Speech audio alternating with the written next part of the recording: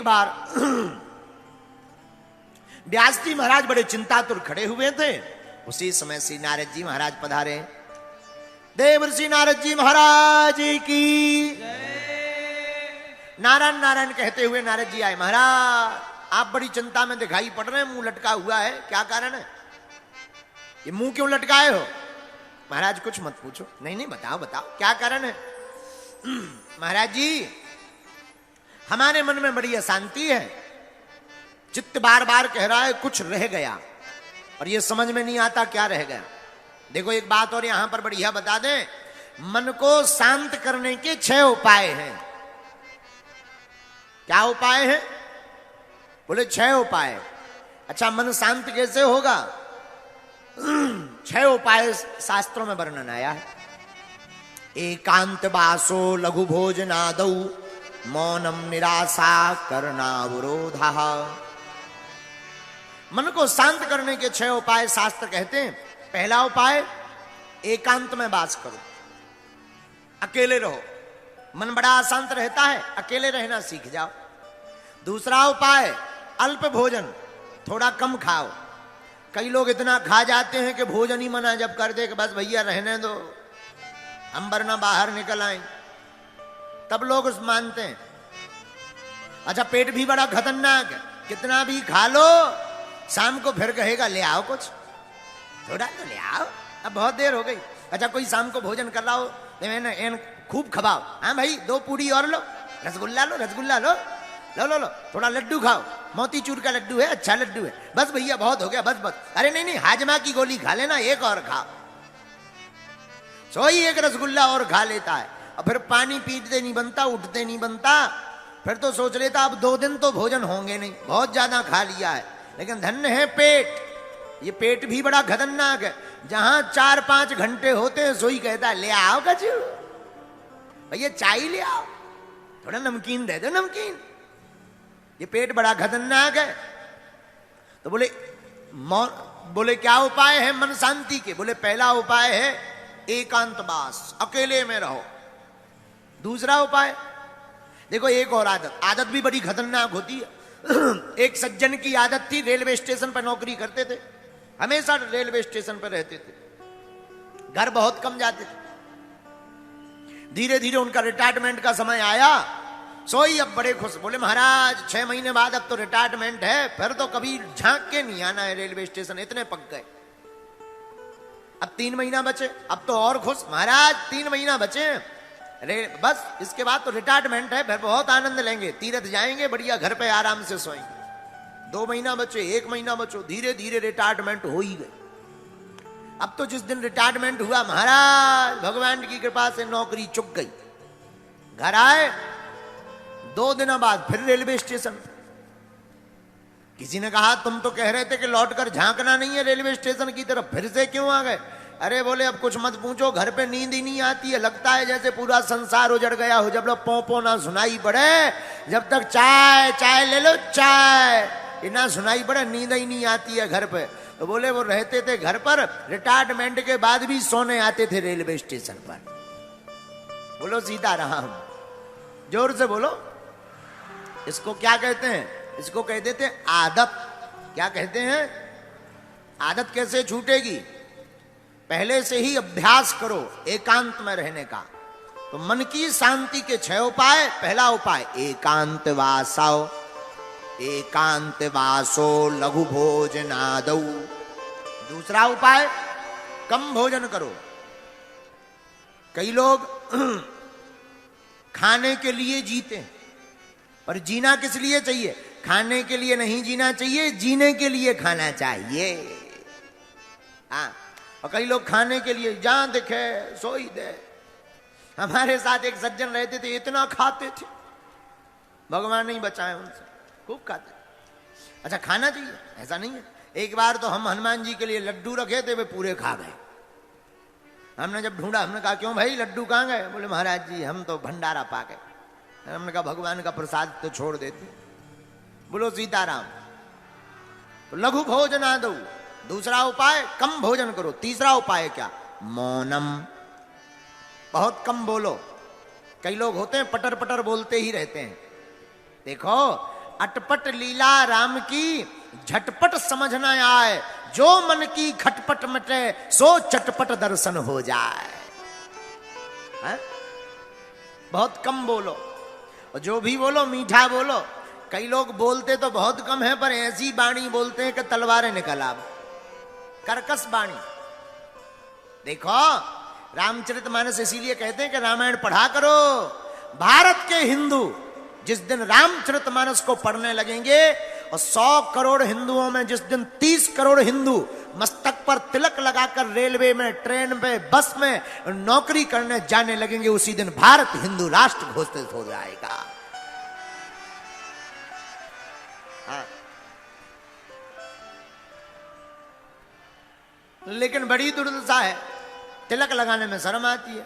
धन्य है किसी को टोपी पहनने में शर्म नहीं आती, लटकाने में शर्म नहीं आती, अपन को तिलक लगाने में शर्म आती है।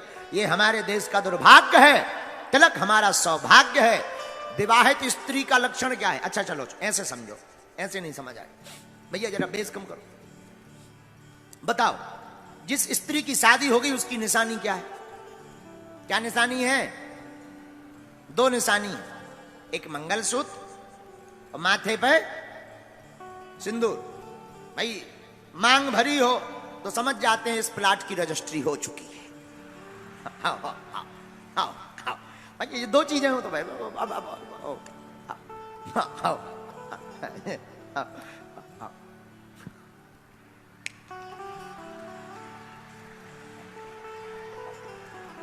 ऐसा उठा मान लेते हैं दूर से, भाई मान लिया जाता है। अब भाई जुआ नहीं भाई हमारे पसीना आया आगा सब आओ, नहीं तो कल ही भाई हम अगर ज्यादा, एक बार हम एक जगह कथा कर रहे थे, सिर खुजा रहे थे, एक ठैया वो दवाई लेके आ गया।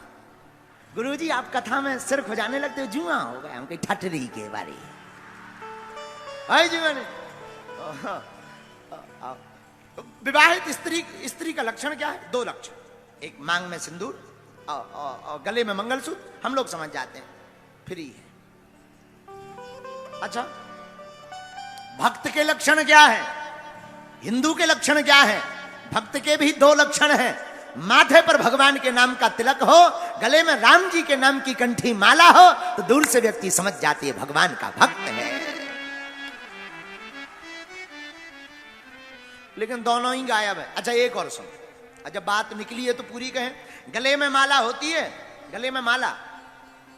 कुत्ता 2 प्रकार के होते हैं, एक पालतू एक फालतू। कितने होते हैं? 2, एक पालतू एक फालतू। अच्छा इनमें अंतर क्या है? जिसके गले में पट्टा हो वो है पालतू, और पट्टा नहीं है तो कोई भी दे टाइम टाइम उसे फालतू कहते हैं। भाई कोई पट्टे वाला कुत्ता शैतानी कर दे तो कुत्ता को नहीं मारा जाता, मालिक को ढूंढा जाता है। हाँ जी या ना जी बोलो। तो पालतू के लक्षण गले में पट्टा, फालतू के लक्षण कुछ भी नहीं। उसी प्रकार भक्त का लक्षण है, जिस भक्त के गले में माला होती वो राम जी का पालतू होता है, और जिसके गले में माला नहीं होती है वो फालतू होता है। बोलो सीताराम, जोर से बोलो। एकांत वासौ लघु भोजनादौ मौनम निराशा करनावरोधा। तो शांत रहने के 6 उपाय क्या हैं? पहला उपाय एकांतवास, दूसरा उपाय कम भोजन, तीसरा उपाय मौन रहिए। ऐसी वाणी बोलिए मन काया पाखो, औरों को शीतल करे आपो शीतल।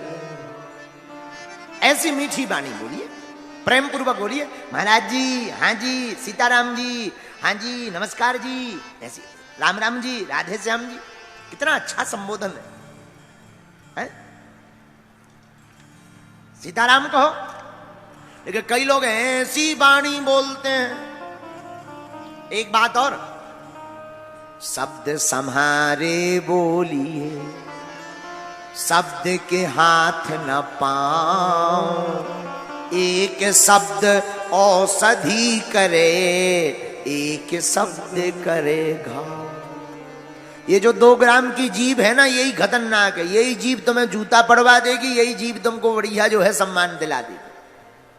तुम किसी को कहोगे सीताराम जी, सोई तुमको चाय मिलेगी, अच्छा भैया चाय पी लो, पानी पी लो, और तुम कहो काय बे, सोई दे लाल पड़ जाओ। ये जीभ बहुत खतरनाक है, चाहे जैसा प्रयोग करो, एक अक्षर में अर्थ का अनर्थ हो जाता है। बोलो सीताराम। इसलिए शास्त्र कहते हैं मन को शांत करने का एक उपाय और है। बोले क्या? मौनम। मौन हो जाओ। आपने देखा होगा बड़े बड़े महापुरुष कम बोलते हैं, वाणी बोलने से तेज छीन होता। महात्मा बैठे हैं, आपको ज्ञानी, महाराज जी आप तो सब ज्ञानी हो, हम तो बहुत नालायक आदमी हैं।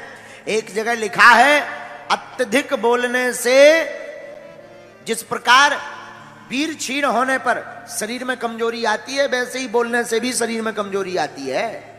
हाँ, या फिर ज्यादा बोलो तो ज्यादा सुनो भी। हमारे गुरुजी का वाक्य है, पूज्यपाद जगत गुरु भगवान श्री तुलसी पीठाधीश्वर गुरुदेव भगवान कहते हैं, भैया बढ़िया वक्ता बनना है तो बढ़िया श्रोता बनो, ज्यादा सुनो। बढ़िया गुरु बनना है तो बढ़िया चेला बनो, बढ़िया बाप बनना है तो बढ़िया बेटा बनो। तो साधु कहते हैं 6 उपाय: एकांतवास, कम भोजन, मौन होना, और चौथा उपाय क्या? निराशा। किसी से आशा मत रखो, क्योंकि सबसे ज्यादा मन अशांत रहता है अपेक्षा रखने से। किसी से आशा रख ली, अमुक आदमी हमारा मकान बनवा देगा, अब मकान नहीं बनवाया, सोई दिमाग खराब, दिमाग में एकदम उलझन। इसलिए तो हमने कई बार कहा, आशा एक राम जी से, बाकी आशा छोड़ दे, नाता एक राम जी से, दूजा नाता तो। आशा रखनी ही तो राम जी से रखो। इसलिए साधक कहते हैं, एकांत वासो लघु भोजनादौ, मौनम निराशा कर्णावरोधा, मुनिरसौ संयमनम सरेते, चित्त प्रसादम जनयन्ति शीघ्रम। आहा, शास्त्र कहते हैं एकांतवास, कम भोजन, मौन रहना, किसी से आशा ना करना, कोई अपेक्षा मत रखो। मांगना ही है, भिखारी मैं दुनिया से क्या मांगना। तुम जिनसे मांगने की अपेक्षा करते ये खुद भिखारी है, ये भी तो भगवान के दर पर मांग रहे। ये दूसरों, जो अमीर आदमी है वो भी अपने अमीर से मांग रहा, हमें भी लोन दो, वो खुद भिखारी है। जब खुद भिखारी है तो भिखारियों से भीख क्या मांगना? मांगना ही है तो दाता से मांगो, और दाता एक राम जी, भिखारी सारी दुनिया। राम जी के अलावा कोई भी इस दुनिया में दाता नहीं है। हा? और एक बात, सब मांगते हैं। अच्छा एक बात और, जो भिखारी हैं तुम उनसे मांगोगे, पता भी नहीं कि देंगे कि नहीं देंगे। कई लोगों को तो निराशा ही हाथ लगती है। और राम जी से मांगोगे, एक तो वो देंगे नहीं, देंगे तो सुदामा की भांति भर भर के देंगे। तो मौनम निराशा, कोई आशा मत रखो। और 5वां उपाय, इंद्रिय संयम। इंद्रियों पर कंट्रोल करो, मन शांत रहेगा। छोटे छोटे बच्चे जितने भी यहां पढ़ने वाले हैं, बहुत से बच्चे कहते हैं, महाराज जी हमारा मन नहीं लगता। न कटा, मोबाइल देख रहे हो, रील चला रहे हो, ठुमका देख रहे हो, फलाना बदनाम हुआ ठिकाने के लिए। इन्हीं रीलों के चक्कर में तो बर्बाद है। अब पहले के जमाने में आगे को लोगों टिकटॉक है तो वो बंद होगा। अब हमको सिखाया गया, बोले गुरुजी अब रील चल गई, रील में कुछ नहीं होता, भील टाइम भर बर्बाद होता है। तो भाई मन शांति का उपाय क्या है? वासना से बचना है तो चलचित्र को देखना बंद करो। बहुत से बच्चे आते, महाराज जी मन में बहुत गंदे विचार आते हैं। ये जितने पढ़ने वाले बच्चे हैं वो सुनो ध्यान से, युवान बच्चे जो पढ़ाई कर रहे हैं, भैया वासना से बचना है तो चलचित्र देखना बंद करो। इंद्रिय संयम, इसे शास्त्र में इंद्रिय संयम कहा। आंखों को क्या देखना चाहिए? कान दिए सुनवे को सत्संग, आंख संतों के दर्शन के लिए दी, कान किस लिए? भगवान की कथा सुनने। अब कई बच्चे तो कान में लगा लेते हैं लीड, अब दोनों तरफ लीड लगा करके कोई भी गाली बकता रहे, कोई पता नहीं गुंचू झुम कर रहे। ठटरी के बरे, भगवान ने तुम्हें म्यूजिक सुनने के लिए कान नहीं दिए, फिर किस लिए दिए? कान दिए सुनबे को सत्संग, सो जीव दई भज मोहन को। कान भगवान की कथा सुनने के लिए भगवान ने दिए, पर जीभ, ये जो जीभ है इसके चटकारे लेकर बढ़िया चाट पकौड़ी खा करके चटकारे लेने के लिए नहीं दी, फिर किस लिए जीभ दी? जीभ दई भज मोहन को, दान के काज दिए दो हाथ। ये जो हाथ है ना, मोटरसाइकिल चलाने नहीं दिए, ना ना ना, दान के काज दिए दो हाथ, सो पामो दिए तीर्थ घूमन को। तो मन शांति का पांचवा उपाय है इंद्रिय संयम। आंखों से चलचित्र कम देखो, कानों से भगवान की कथा ज्यादा सुनो, हाथों से गुरु गोविंद के चरणों की सेवा करो। किसकी सेवा? लेकिन नए नए बच्चे तो पिटाई करके दूसरों की सेवा करते। बोलो सीताराम। इंद्रिय संयम। और छठवां क्या? प्राणायाम। प्राणायाम करो रोज, प्रातः काल उठो, सूर्योदय के पहले उठ जाना चाहिए, और सूर्योदय के पहले स्नान हो जाना चाहिए। सूर्य उदय के बाद जो स्नान करता है वो जो है राक्षस स्नान कहलाता है। कौन सा स्नान? राक्षस स्नान, उत्तम नहीं माना जाता। अब लेकिन आजकल तो लोगों का सुबह ही 10 बजे हो रहा है। पहले के जमाने में कोई अगर देर से जागे तो टेंशन होती थी कि क्या बात है, तबीयत खराब है क्या।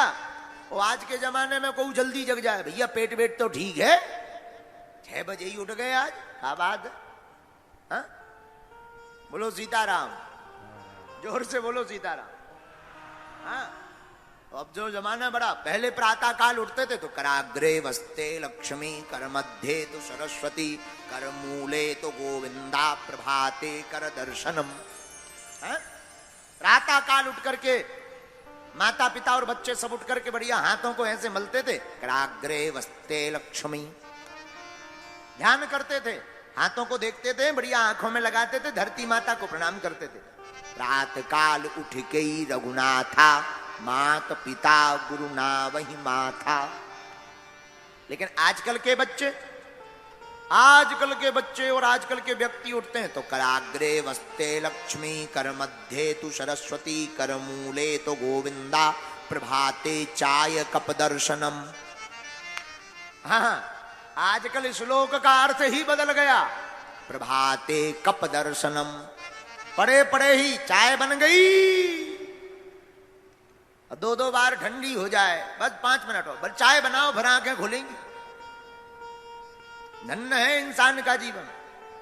अरे प्रातः काल उठ करके ठाकुर जी को बगल में रखो, ठाकुर जी के दर्शन करो, माता पिता के दर्शन करो, गुरु जी का चित्र रखो, गुरु जी के दर्शन करो, जिनसे चेतना मिलनी है, ज्ञान मिलना है, सद्विचार मिलने हैं, सद्विवेक बनना है, सद्बुद्धि प्राप्त होनी है। ऐसे महापुरुषों की जीवनी और उनके चित्र को अंकित करो, उनके चरित्र को पढ़ो। चित्र के पीछे भागोगे तो वासना में रहोगे, चरित्र के पीछे भागोगे तो उपासना प्राप्त कर जाओगे।